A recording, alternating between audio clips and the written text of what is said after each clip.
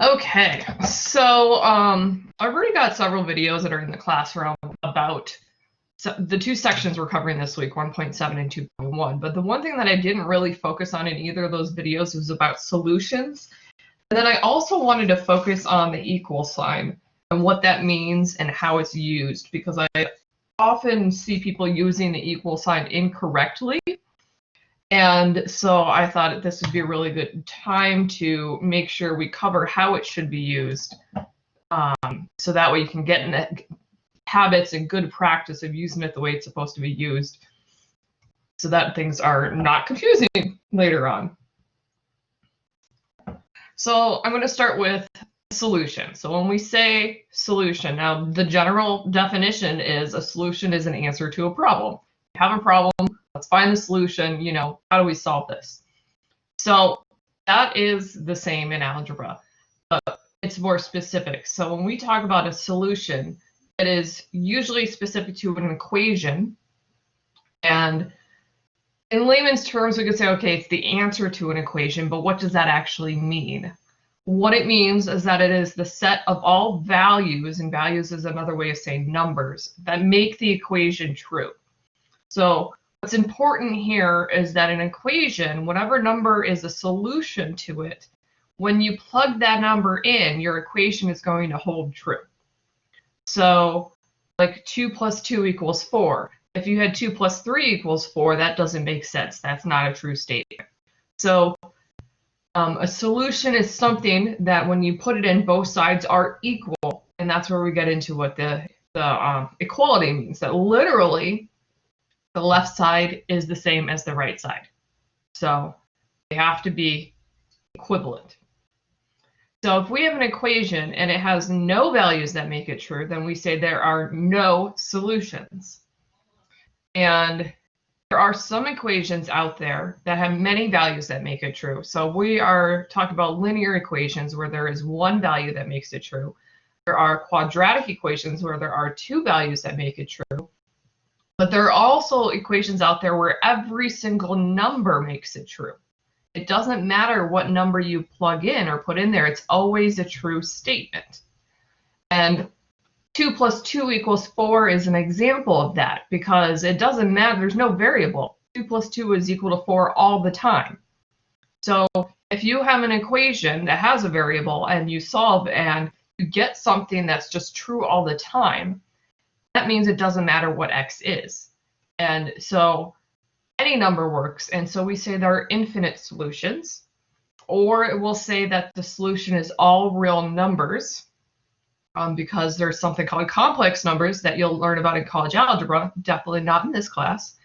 Or there's a symbol for all real numbers, which is this fancy R. When I write that R by hand, generally by hand, we only write the straight part as double. If I want to make it neater, I really should there. That's the neater version of the R when we write that by hand. So that's a great shorthand. I think that actually might even be an option. I think that button might be in Connect Math. I'm trying to remember if I saw that as an option, or they might just put it in words and say all real numbers. That's when you get something and it doesn't matter what the variable is, because it's always a true statement. So what we're going to be solving, at least for the next 3 weeks, is we're going to be looking at things that are linear equations where there's one solution, or no solutions, or infinite solutions, depending on what happens when you solve. In general, there's always going to be solution for x except two circumstances. And those two circumstances are the no solutions or infinite solutions. And in both of those, when you're solving, x cancels out and you have no x left in the equation at all. And so then when you have no x left, when they subtract out or something, you have two choices. You either have something that's false, like maybe it will say 2 equals 4, or you'll have something that will be true, like 2 equals 2. And then you determine that, so something that is false would be the no solutions, while something that is true would be the infinite solutions. And in both of those cases, that happens when x disappears. So if you have like an x minus x, now you have 0 x's and it's just gone. That doesn't happen. It's very rare for that to happen in real life. Most of the time, there's going to be a solution. Even when I make up word problems, it's very difficult to make one up where it's going to be one of those two situations. But it can happen. So the whole process is, if you want to see, is this number a solution to an equation? There's a set of procedures. So your first step is to replace all the variables in the equation with the given value, or the thing that you think is the solution. And then you simplify both sides of the equation by following the order of operations. So you work the order of operations on both sides independently. The sides are considered separate, so you don't combine the two sides. You're just working them separately. And then you just simplify them, and then you look at your final answer. If the number on the left is the same as the number on the right, that means that, yes, that original number you were given was a solution because you ended up with a true statement. But if the number on the left does not equal the number on the right, you have something that's false, so it's not a solution. You ended up with a contradiction. You can always test your answers when you're solving equations, and this would be the process of checking your work, basically. So when you're solving your equations this week and you're solving for x, you can always double check to see if you did it right by following this procedure. So there's no excuses for saying, I don't know if I got this right or wrong. You can always check and figure out if you got it right or wrong. And then if you got it wrong, well, then the next question is, where did I make my mistake? But you can always double check yourself, which is something that's really nice about math. Is in something like this, you'll always know. You don't have to wait for somebody to tell you. So I've got a few examples here. And these are similar to the types of things that you might see in the textbook, where some of the example problems are in Connect Math and some of the practice. So determine whether the given number is a solution to the given equation. So there's something very specific here to notice, is the semicolon. That is separating things out. So it's being treated as a separator. I don't know if that's how you spell separator, but that is how I'm spelling separator. I probably made up that word. But the semicolon is splitting it up. So it's saying, okay, to the left is the equation, and then to the right is the actual answer. Sometimes I see people showing their work and they'll put commas in between. We don't use commas because commas can be used if you have like a really big number like 10,000, go write that with a comma. And actually in Europe, instead of using a decimal point, they use a comma to replace the decimal point. So you don't want to use a comma if you're trying to show multiple things. Use a semicolon, and that sort of separates these things out. So it's giving us our equation, x minus 2 equals 1. And then the number after that is saying that, okay, we think this number is a solution, -1. And so the solution to an equation would be x equals -1. So they think the solution, they think that x is equal to -1. And so then to test this, everywhere that you see x, you replace it with -1 because that's what the equal sign means. The equal sign means that these are equivalent. I can trade one out and I don't change anything. So instead of seeing x, I can replace it with -1 because they are equal to each other. So you would have -1, and I'm going to switch back to the yellow, minus 2 equals 1. So we call that step substitution because we are substituting in for x what we think x is equal to, -1. So this is called substitution. And that is a phrase that comes up a lot. If you have to take more math after this, you're going to be doing a lot of substitution. It's used in college algebra. It's used in pre-calculus. It's used in calculus. Basically, the process of replacing a variable with a number even occurs outside of math. It's used in computer programming. It's actually used in Excel spreadsheets. When you work with an Excel spreadsheet, instead of using like X, you'll have like you refer to a row and a column like A2, and then you're replacing your formula with a value in that. So it's doing a substitution. So Excel spreadsheets, when you're writing formulas and everything, actually is doing algebra. You just don't realize it. So we've done our substitution step here. And once you've plugged it in, now you want to simplify both sides by following the order of operations. So the right side, there's nothing to do. It's just equal to 1. On the left side, we want to actually subtract -1 minus 2. So that is equal to -3. So we get -3 equals 1. Well, that is not true. These numbers are not the same thing. There's no world where those are the same, except, well, maybe if you're in like a weird base system. But in our world, these are not true. This is a false statement. And so that tells us that we have no solution, or in this case, -1 is not a solution because it doesn't work. It doesn't give us something that's true.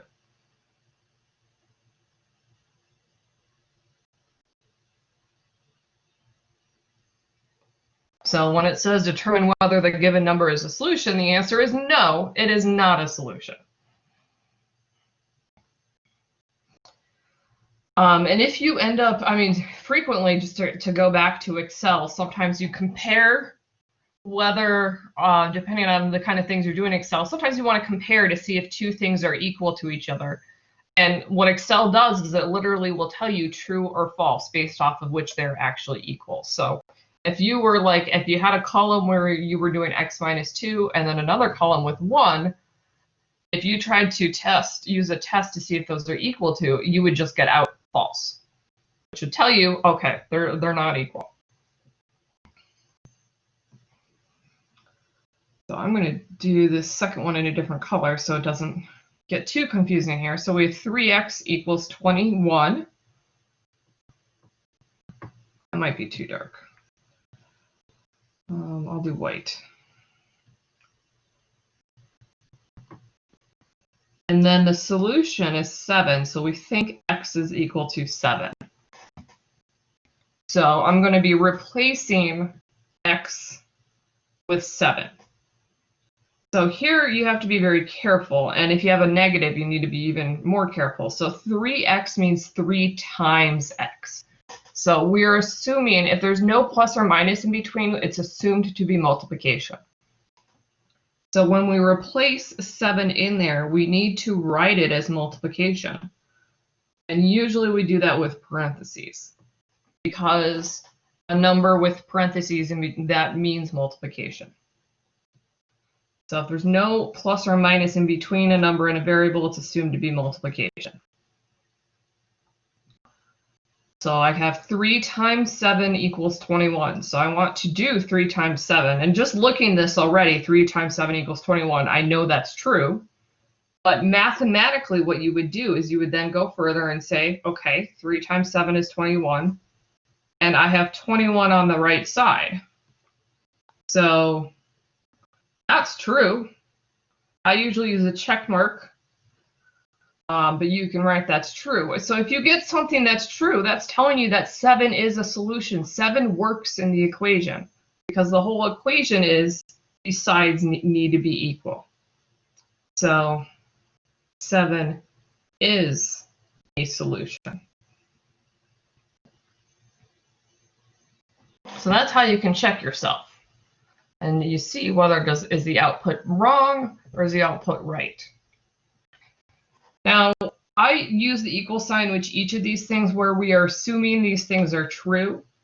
Another notation you might see is seeing it written with, sometimes there's a little question mark put up because we don't know if this is true and we're checking to see if this is true. So sometimes you'll see it written with little question marks above it. And then once we determine if it's true or not, if it's not, you put a slash through it to say that it's not equal to. The question mark is really good when you're doing things on paper, but if you're trying to type things, getting that question mark in something that's typed up, that's really difficult, so we usually don't bother with it. But you could write that there if you're not sure if this is something that's true or not. It's a good little handy to say, is this true? I'm not sure.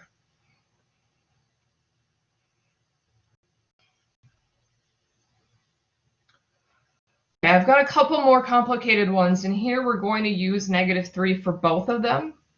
And these, there's variable, the x is on both sides of the equation. So there's going to be more steps involved because we have to simplify the left and the right. But we're checking -3 in both of these.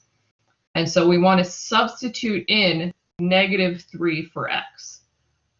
So this first one on the left, I've got 6 parentheses, and then instead of x, I'm going to write -3. And then I have my -1, close my parenthesis, and then equal. And then I have another x, so that also needs to be -3. Then -21. So if x shows up in more than one place, everywhere you see x, you replace it with -3. And so now we've got the order of operations to follow on the left side and the right side. And so order of operations is PEMDAS. So P is the parentheses. And so that means that we need to simplify inside the parentheses first. So I need to do the -3 minus 1. So -3 minus 1 is -4. I'm going to keep it in parentheses because we have 6 and then parentheses 4. So we need to keep that because that's going to be 6 times the -4.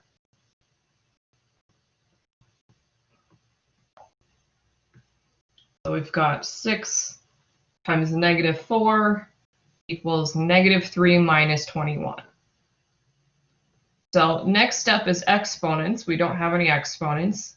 So then we have multiplication and division. So we just have a multiplication. So now I'm going to do the 6 times -4. So 6 times -4 is -24. Now you may notice that I am color coding here. And I'm doing that so you can kind of see what number changed each step. And then I'm sort of underlining it. If I was on a white background, I might use a highlighter and highlight the change that I'm doing each so you can see what changed. If you're putting this in your notes, you could write down, okay, P step of the order of operations. And okay, the M step the order of operations, multiplying. You can write those little directions. So now I've got -24 on the left. Order of operations, the next step would be to doing that subtraction there, the -3 minus 21. So we're going to do this. -3 minus 21 is -24. So I've got -24 equals -24. So that checks out. So -3 is a solution. So we got something that's true. So I had to work the left side and the right side. And I did this in more steps than you actually need to, because if they're separated by the equal sign, you can do both sides at the same time. So I could have done the parentheses step on the left and the subtraction on the right because they're on separate sides of the equal sign. So I would have saved myself one step because the step where I did -3 minus 21, I could have done that at the same time as another one. It's not a big deal, but if you're trying to find a way to write fewer things down, that's a trick. If they're on opposite sides of the equal sign, you can do those things at the same time.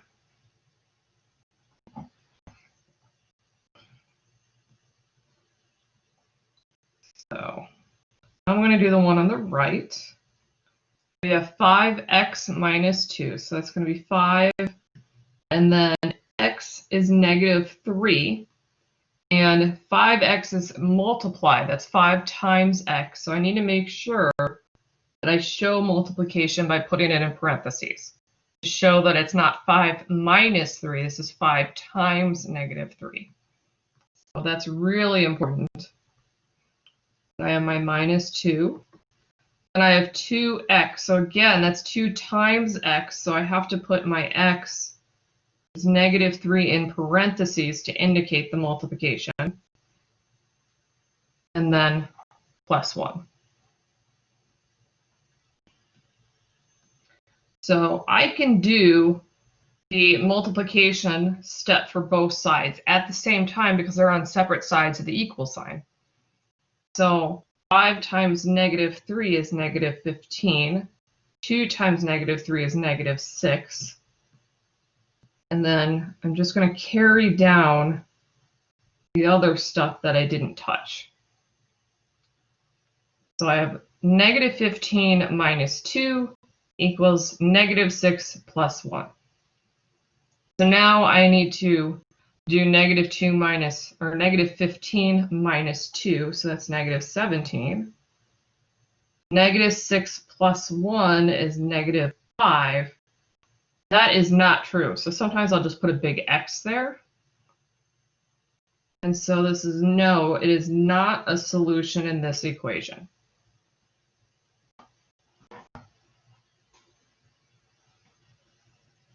For any questions on any of this so far?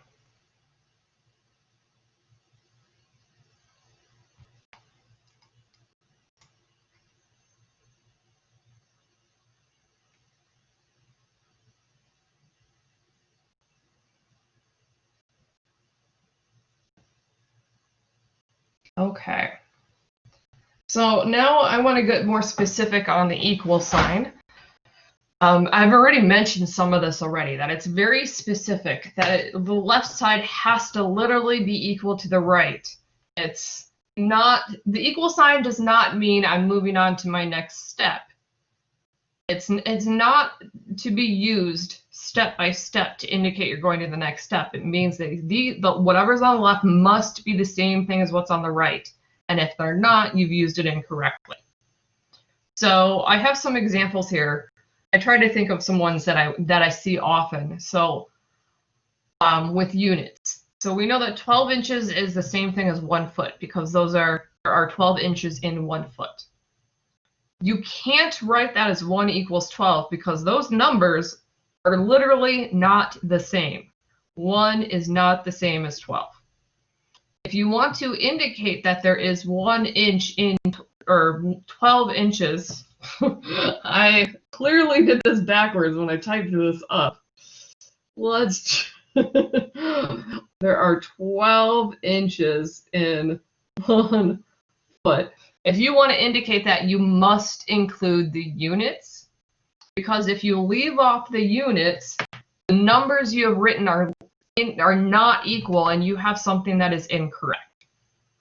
So I see people do this a lot where they just leave off the units because they're like, well, you know those are equal. But that's the incorrect use of the equal sign because 1 does not equal 12. If you want things that are actually equal to each other, you need to make sure you include the units so that they're actually equal. 12 inches is equal to 1 foot. Those are equal.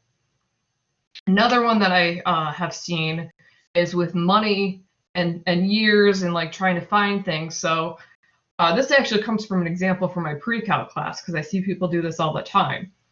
There's a problem where they're finding the stock price for something in 2014. And so I see a lot of them write 2.21 equals 2014. Those numbers are not equal. 2.21 is not equal to 2014.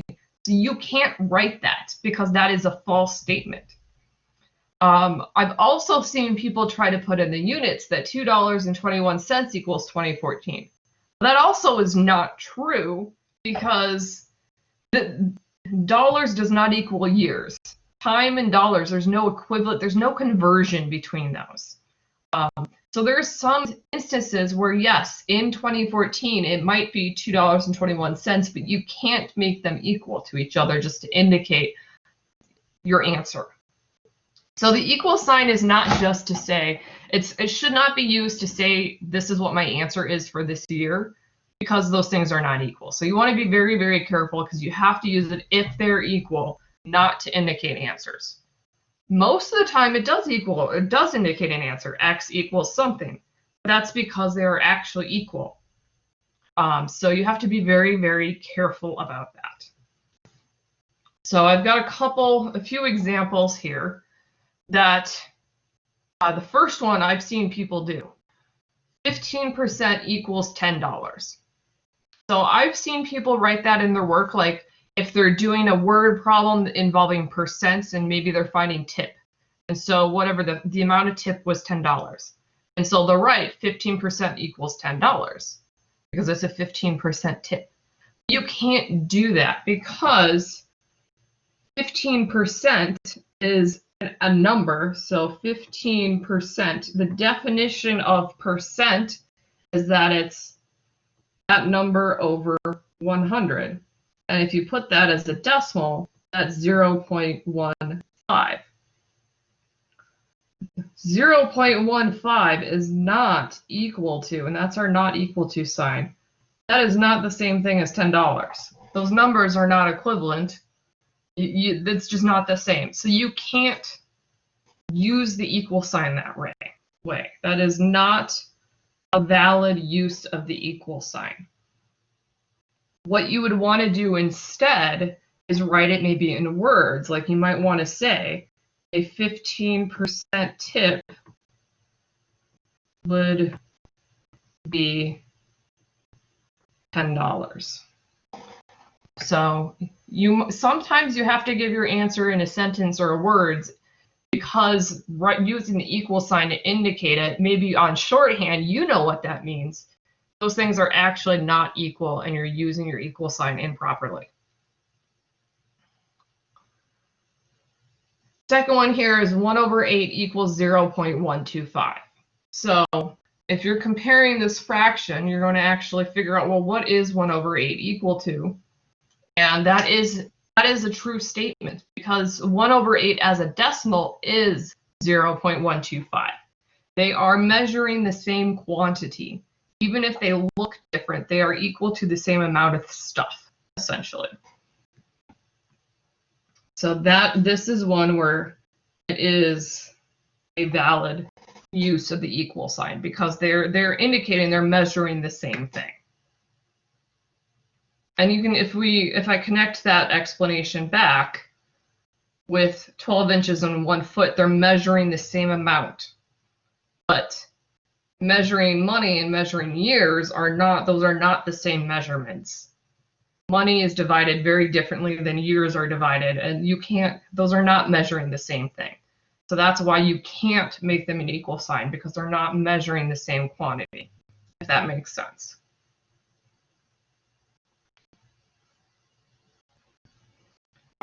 So here I put in some work that I've seen people do just to indicate, did they use the equal sign properly? So this first one's an example of an order of operation problem. 5 plus 2 times 7.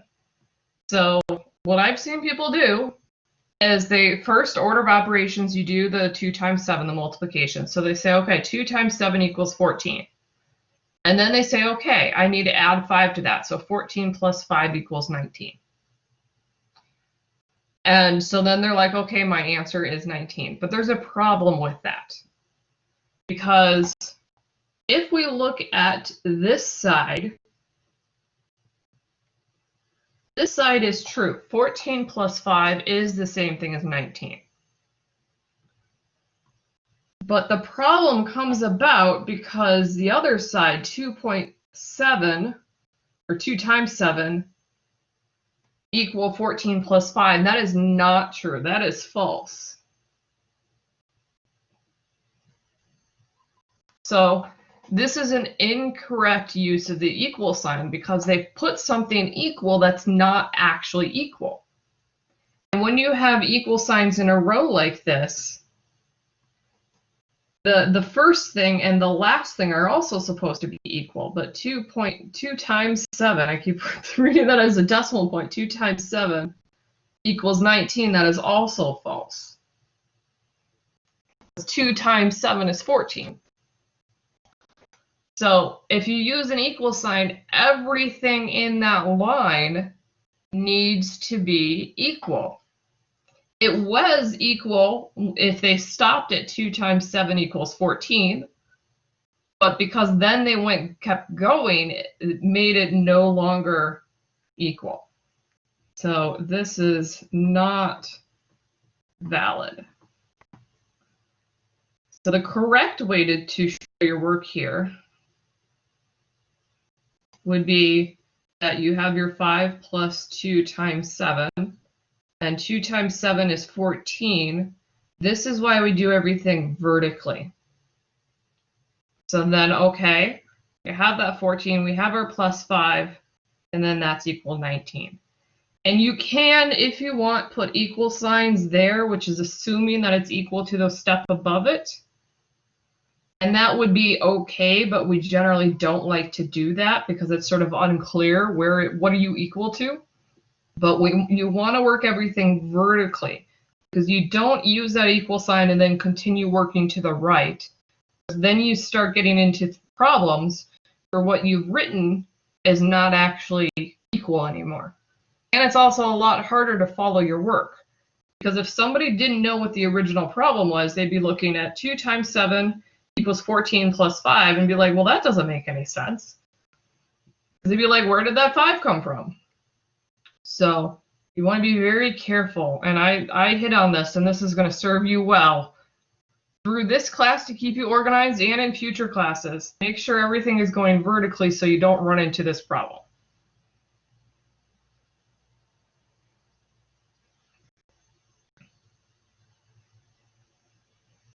Okay, now here's another example, and I've seen this as well, solving equations. So we have an equation, 3x plus 5 equals 14. And when we solve, we want to get the x by itself, so we move things from the left side to the right or the right side to the left by either adding or subtracting them. And so we subtract 5 from both sides because we want to remove the 5, so removing it would be subtracting. So 5 minus 5 is 0, so it's no longer on the left. And then 14 minus 5 is 9. So we get 3x equals 9. And then they have divided by 3 equals 3. So when you're solving, you would end up with 3x equals 9. And then to get x by itself, you divide both sides by 3. But they didn't show that. They just said, okay, well, I know I need to divide 9 by 3, so I did that. That gives me 3. So this is where we run into a problem. This is not valid because if you follow the equal signs, they have 3x equal to 3 because the left side needs to also be equal to the thing on the far right. So they've sort of, so the 9 over 3 equals 3, that's true. But the left is sort of messed up because if you did that, and then, so if you want to go to the next step, a new symbol that you can do is an arrow instead. 3x equals 3, that would tell us that x needs to be equal to 1 because 3 times 1 equals 3. But they have this answer, x equals 3. So their work is giving them a different answer than they intended because they showed their work wrong and they used the equal sign incorrectly. So you want to be very careful. And in general, I don't recommend using multiple equal signs in a row at all because that can get confusing. So the correct way to show the work would have 3x plus 5 equals 14. We're going to subtract 5 from both sides. This gives us 3x equals 9. And then what I generally do is I'll write it in a different color. to indicate that I'm dividing both sides by 3, but I have to write it on both sides because that is still a true statement. 3 over 3 x equals 9 over 3. That is still, it still holds true because 3 over 3, or 3 divided by 3 is 1. And x equals 9 divided by 3 is 3. So I still have something that's true as long as whatever I do on the left is the same thing as I did on the right. Because you're keeping, if you think of an equation or an equal sign as having a balance, if I need to subtract 5 things from the left, I need to also subtract it from the right in order for it to stay in balance. If you think of an actual, like, old school scale. It's the same thing if you're dividing. If I'm dividing something into several pieces, I need to do the same thing on the left and the right so that I can keep them equivalent and balanced. So the correct thing to do in this case is to make sure you're showing the over 3 from both sides and then putting your final answer underneath it. Now, I have seen some people then go like this, if I can get my pen to write, and then do that, and technically that is still correct. But I don't recommend doing that because it starts getting you into some bad habits, and then you stop working vertically. Really, everything in math needs to be vertically. It helps keep you in the line, and each vertical line should be equal and equivalent to the previous line. So there's a logic to everything in a system, and whatever you do, you need to do the same thing on the left to the right so that everything stays equal. So hopefully that has kind of helped you understand the equal sign, what it means, and if instead you don't want, if you were trying to show your work separately, you can use this little arrow thing that I've written. Like, this technically means, this is another word for saying implies, and it's just basically kind of indicating the next step. So 3x equals 3 implies that x equals 1, and that is a true statement. And it's instead of just writing equal signs there. Because I've also seen some people, instead of writing equals, or not, instead of doing that, they just put an equal sign. But now they have, here, let me write these closer to kind of indicate, because this is another thing that I've seen people do incorrectly, is that they'll then go like this. So they'll say 3x equals 3 equals x equals 1. And that's a problem because you have one side where you're saying x is equal to 3, and then you have the other side where you're saying x is equal to 1. And that's a problem because those are not the same thing.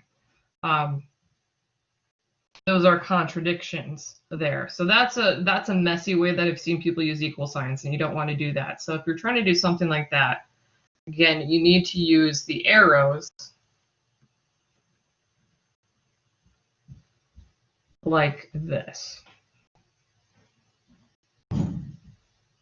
just to make sure that you're not indicating that the previous step is equal to the other step, because then you start running into issues. So yeah, so that's all I basically had for you guys, was to go over the solutions and then to just cover some additional clarification on the equal sign and how you should be showing your work, especially because now that we're starting to work with variables and things are getting a little more complicated. It's good to get good habits so you can keep yourself organized, keep your notes organized. It's easier to follow, and it will help you down the road because you can also just follow step by step, just follow logically down.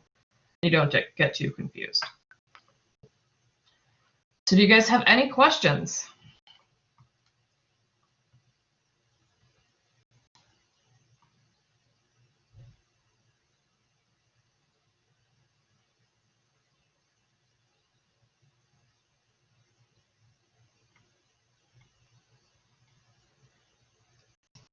All right. Well, thank you guys for joining. I'm going to make sure that I'll stop the recording right now.